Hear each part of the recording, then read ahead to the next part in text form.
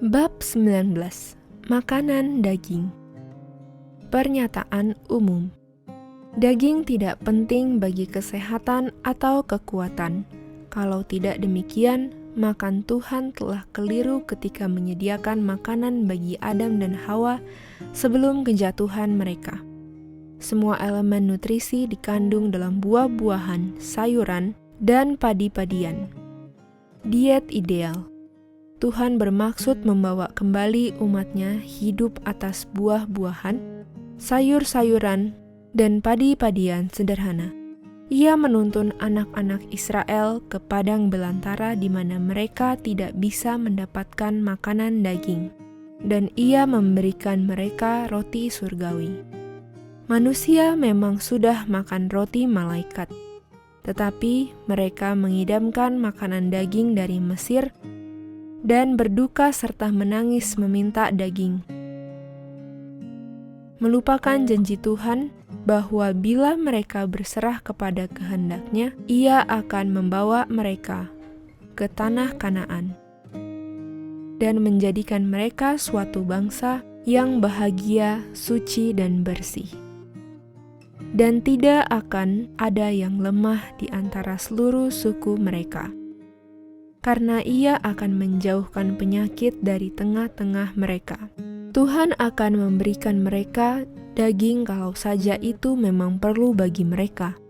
Tetapi Ia yang telah menciptakan dan menebus mereka telah menuntun mereka melalui perjalanan panjang di tengah padang belantara untuk mendidik, mendisiplin dan melatih mereka dalam kebiasaan yang benar. Tuhan memahami apa pengaruh makan daging atas sistem tubuh manusia. Ia ingin memiliki suatu umat yang dalam penampilan fisik mereka memperlihatkan kepercayaan ilahi, meskipun dengan perjalanan panjang mereka. Ketika sifat mementingkan diri dalam hal mengambil nyawa hewan untuk memuaskan selera yang merusak dihadapkan kepada saya oleh seorang wanita Katolik, saya merasa malu dan tertekan. Saya melihatnya dalam terang yang baru, dan saya berkata, saya tidak lagi berlangganan pada penjual daging. Saya tidak akan menyajikan daging hewan sembelihan di atas meja saya. Makanan hewan adalah sayur-sayuran dan padi-padian. Haruskah sayur-sayuran diubahkan dalam bentuk hewan? Haruskah sayur-sayuran masuk ke dalam sistem seekor hewan dahulu sebelum kita memakannya? Haruskah kita memperoleh makanan sayuran dengan memakan daging dari makhluk yang telah mati? Bapa menyediakan makanan dalam keadaan alaminya bagi orang tua pertama kita. Ia menugaskan Adam untuk mengatur taman, mengurusnya dan merawatnya dengan berkata, "Itulah yang akan menjadi makananmu." Satu hewan tidak boleh membinasakan hewan lain untuk dimakan. Mereka yang telah menjalani hidup dengan makanan daging sepanjang hidup mereka tidak melihat kejahatan dalam melakukan kebiasaan itu, dan mereka harus diperlakukan dengan sabar. Pengganti daging. Sesuatu harus disiapkan untuk menggantikan daging, dan makanan ini harus diolah dengan baik, agar daging tidak diinginkan. Saya mengetahui bahwa dengan perhatian dan keahlian, makanan bisa disiapkan menggantikan daging. Tetapi bila ketergantungan utama kokinya adalah daging, ia akan menganjurkan makan daging, dan selera yang sudah dirusakkan itu akan membentuk setiap alasan untuk makanan seperti itu. Daging adalah makanan paling mahal yang bisa dimiliki. Efek makan daging. Efek fisik. Kami tidak ragu mengatakan bahwa daging hewan itu tidak perlu bagi kesehatan maupun bagi kekuatan. Salah satu kesalahan besar yang banyak dipertahankan orang adalah bahwa kekuatan otot itu tergantung pada makanan hewani. Namun padi-padian sederhana, buah-buahan dari pohon dan sayuran, semuanya memiliki bahan nutrisi yang diperlukan untuk membuat darah yang baik. Ini tidak bisa diberikan oleh makanan daging. Berbicara untuk mendukung diet ini, mereka berkata bahwa tanpa itu mereka lemah dalam kekuatan fisik. Tetapi kata-kata guru kita adalah, bagaimana manusia berpikir, begitulah dia. Daging hewan yang mati bukanlah makanan asli untuk manusia. Manusia diizinkan untuk memakannya setelah air bah, karena semua tanaman telah dihancurkan. Sejak air bah itu, manusia telah memperpendek umurnya. Kemerosotan fisik, mental, dan moral cepat berkembang dari hari-hari terakhir ini. Kelemahan yang dialami karena meninggalkan daging adalah salah satu alasan terkuat yang dapat saya sampaikan sebagai suatu alasan mengapa Anda harus menghentikan penggunaannya. Mereka yang makan daging merasa terstimulasi setelah makan makanan ini, dan mereka menduga bahwa mereka jadi lebih dikuatkan. Setelah mereka menghentikan penggunaan daging, untuk sementara waktu mereka akan merasa lemah. Namun ketika sistem tubuh sudah dibersihkan dari efek diet ini, mereka tidak lagi merasakan kelemahan itu dan akan berhenti menginginkan daging yang mereka tadinya kira sebagai kekuatan yang penting. Anda mungkin berkata bahwa Anda tidak dapat bekerja tanpa daging. Saya juga mengira begitu dulu. Namun saya mengetahui bahwa dalam rencana semula Bapa tidak menyediakan penggunaan daging hewan sebagai diet untuk manusia. Selera kotor yang sudah dirusakkanlah yang akan menerima makanan seperti itu.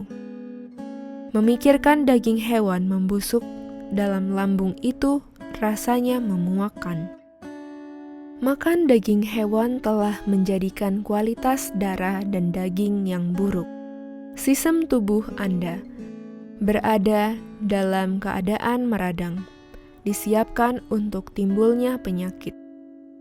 Anda besar kemungkinan terkena serangan akut penyakit dan pada kematian mendadak karena Anda tidak memiliki kekuatan jasmani untuk melawan dan menyerang penyakit. Kekuatan-kekuatan fisik berkurang dengan terbiasa menggunakan daging hewan. Makan daging mengacaukan sistem tubuh. Penggunaan daging hewan cenderung menyebabkan kotoran pada tubuh. Diet daging mereka yang katanya penting itu tidak diperlukan, karena daging itu terdiri dari apa yang mereka makan. Otak, tulang, dan otot berada dalam kondisi yang tidak sehat karena mereka hidup dari daging-daging hewan yang sudah mati. Darah mereka sudah kotor dengan diet yang tidak benar ini. Daging yang mereka makan itu berpenyakit, dan seluruh sistem mereka menjadi kotor dan buruk. Ketika kita makan daging, sari dari apa yang kita makan masuk ke dalam sirkulasi. Kondisi meradang pun tercipta, karena hewan itu berpenyakit dan dengan mengambil bagian dalam dagingnya, maka kita menanamkan benih penyakit dalam jaringan dan darah kita sendiri. Kemudian ketika kita terpapar pada perubahan suasana malaria, pada penyakit epidemik dan menular yang sedang berlaku, ini sepantasnya lebih terasa, karena sistem tidak berada dalam kondisi untuk melawan penyakit. Karena mereka yang makan daging tidak segera merasakan efeknya, bukan menjadi bukti bahwa itu tidak membahayakan mereka. Daging bekerja dengan pasti terhadap sistem, namun orang itu sementara ini tidak menyadarinya. Kecenderungan untuk berpenyakit meningkat 10 kali lipat dengan makan daging. Kebiasaan makan mengutamakan daging menyebabkan berbagai jenis penyakit. kanker, tumor, penyakit kelenjar, tuberkulosis, dan gangguan-gangguan lainnya. Mortalitas yang disebabkan oleh makan daging tidak dilihat. Kalau dilihat, maka kita tidak mendengarkan uraian dan alasan mendukung penurutan selera terhadap daging. Sistemnya penuh dengan cairan berpenyakit akibat makan daging. Penggunaan daging babi dalam keluarga Anda telah memberikan kualitas darah yang buruk. Kanker, tumor, dan berbagai penyakit peradangan lainnya terutama disebabkan oleh makan daging. Dari terang yang Bapa berikan kepada saya, lazimnya penyakit kanker dan tumor sebagian besar karena kehidupan kotor makan daging hewan yang sudah mati. Orang-orang yang hidup terutama makan daging berada dalam bahaya pembusukan saat mereka terjangkit penyakit. Ketika satu tungkai patah, para dokter menganjurkan pada para pasien mereka agar tidak makan daging, karena akan ada bahaya peradangan yang akan terjadi. Efek mental dan moral. Jika kita hidup terutama pada daging hewan mati, kita akan turut mengambil bagian dalam sifatnya. Diet daging mengubah watak dan menguatkan sifat hewani. Mendidik anak-anak Anda untuk hidup dari makanan daging akan berbahaya bagi mereka. Penggunaannya membangkitkan kecenderungan hewani semakin bertambah dan menguatkan hawa nafsu hewani. Ketika kecenderungan hewani meningkat, kuasa intelektual dan moral berkurang. Penggunaan daging hewan mengganggu kepekaan pikiran. Adalah tidak mungkin bagi mereka yang sebebasnya makan daging memiliki otak yang jernih dan kecerdasan yang aktif. Makan banyak daging akan mengurangi aktivitas intelektual. Para siswa akan mencapai jauh lebih tinggi dalam pembelajaran bila mereka tidak pernah mencicipi daging. Ketika bagian hewani dari sifat manusia dikuatkan dengan makan daging, kuasa intelektual berkurang cukup banyak. Makan daging mengacaukan sistem, meredupkan intelektual, dan menumpulkan kepekaan moral. Diet semacam itu mencemarkan darah dan merangsang hawa nafsu yang lebih rendah. Diet itu mencegah kekuatan pikiran dan melemahkan daya pemahaman agar dengan demikian bapa dan kebenaran tidak dipahami. Efek spiritual. Oh, sekiranya tiap orang bisa melihat hal-hal ini sebagaimana telah diperlihatkan kepada saya, mereka yang begitu ceroboh, begitu acuh tak acuh, mengenakan pembangunan tabiatnya, mereka yang berdalih demi penurutan selera makan daging, tidak akan pernah membuka bibir mereka untuk membenarkan selera atas daging hewan mati. Kehidupan beragama bisa lebih berhasil diperoleh dan dipertahankan jika daging ditiadakan. Karena diet ini merangsang aktivitas yang hebat dari kecenderungan penuh hawa nafsu dan melemahkan sifat moral dan rohani. Daging berpenyakit. Diet daging itu suatu pertanyaan yang serius. Bisakah manusia hidup atas daging hewan mati? Jawabannya, dari terang yang Bapa sudah berikan adalah tidak. Sudah jelas tidak. Lembaga-lembaga kesehatan kita harus memberi pendidikan pada pertanyaan ini. Mereka harus mengemukakan meningkatnya penyakit di dunia binatang. Kesaksian daripada pemeriksa adalah bahwa sangat sedikit binatang yang bebas dari penyakit. Penyakit dari berbagai jenis sedang menjangkiti keluarga manusia, dan ini sebagian besar akibat hidup dari daging hewan mati yang berpenyakit. Mereka yang terutama hidup dengan daging tidak bisa menghindar dari makan daging hewan yang masih sedikit ataupun sudah banyak penyakitnya. proses melayakkan hewan-hewan untuk dipasarkan menghasilkan penyakit dalam diri mereka. Dan disiapkan dengan cara sesehat mungkin, mereka jadi dipanaskan dan berpenyakit dalam perjalanan sebelum mereka mencapai pasar. Cairan dan daging dari hewan-hewan berpenyakit ini diterima langsung ke dalam darah dan masuk melalui sirkulasi tubuh manusia menjadi cairan dan daging yang sama. Dengan demikian, cairan-cairan dimasukkan ke dalam sistem. Dan bila orang itu sudah memiliki darah yang kotor, akan sangat diperburuk dengan makan daging hewan-hewan ini.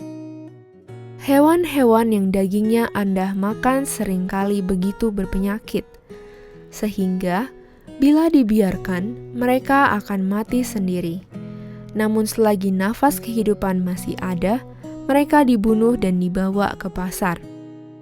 Anda memasukkan secara langsung cairan-cairan dan racun paling buruk ke dalam sistem tubuh Anda. Namun Anda tidak menyadarinya. Hanya ada sedikit hewan yang bebas penyakit. Banyak yang sudah sangat menderita karena menginginkan cahaya, udara bersih, dan makanan sehat. Ketika mereka digemukkan, mereka seringkali dikurung dalam kandang tertutup dan tidak diizinkan untuk bergerak badan dan menikmati sirkulasi udara yang bebas. Banyak hewan malang dibiarkan menghirup racun kotoran yang dibiarkan di dalam gudang dan kandang. Paru-paru mereka tidak bisa tetap sehat sementara menghirup udara kotor seperti itu. Penyakit sampai ke dalam hati, dan seluruh sistem hewan itu berpenyakit. Mereka dibunuh dan disiapkan untuk pasar, dan orang-orang makan sebebasnya dari makanan hewani yang beracun ini. Banyak penyakit disebabkan dengan cara ini, tetapi orang-orang tidak bisa diyakinkan bahwa daging yang mereka makanlah yang telah meracuni darah mereka dan menyebabkan penderitaan mereka. Banyak yang mati karena penyakit yang sepenuhnya oleh makan daging. Namun dunia tampaknya tidak semakin bijak. Makanan daging bekerja dengan pasti terhadap sistem tubuh, namun orang yang bersangkutan untuk sementara tidak menyadarinya. Hewan-hewan seringkali sudah terbunuh jauh sebelum tiba di tempat penyembelihan. Darah mereka menjadi panas. Mereka dalam keadaan kenyang dan dihindarkan dari gerak badan yang menyehatkan.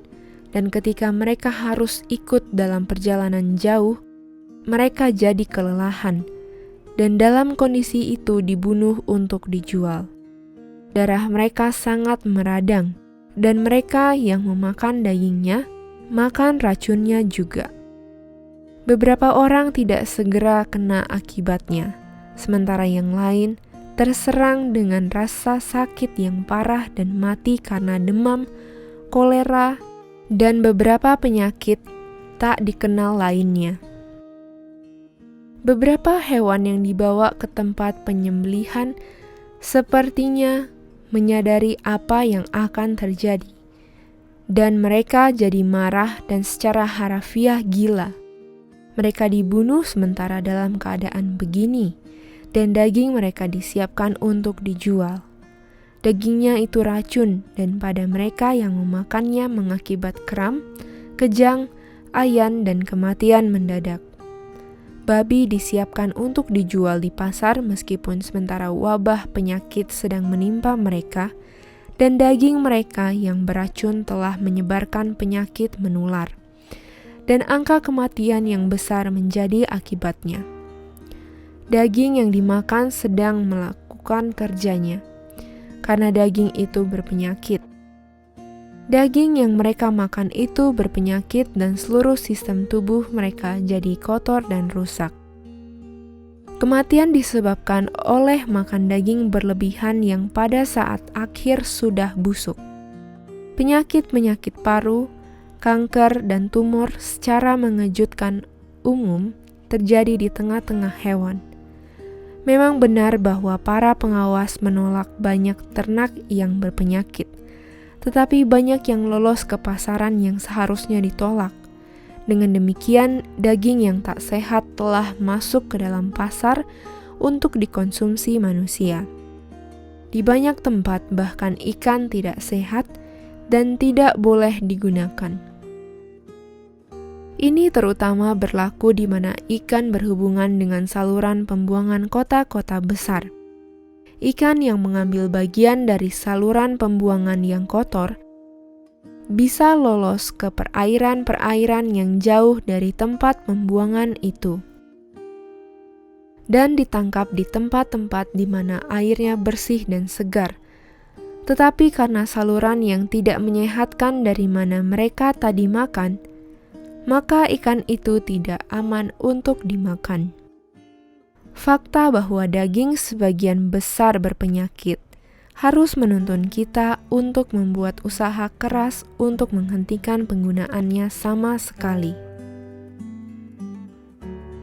Akan sulit bagi beberapa orang untuk melakukan ini, sesulit peminum minuman keras meninggalkan minumannya. Tetapi mereka akan lebih baik bila berubah.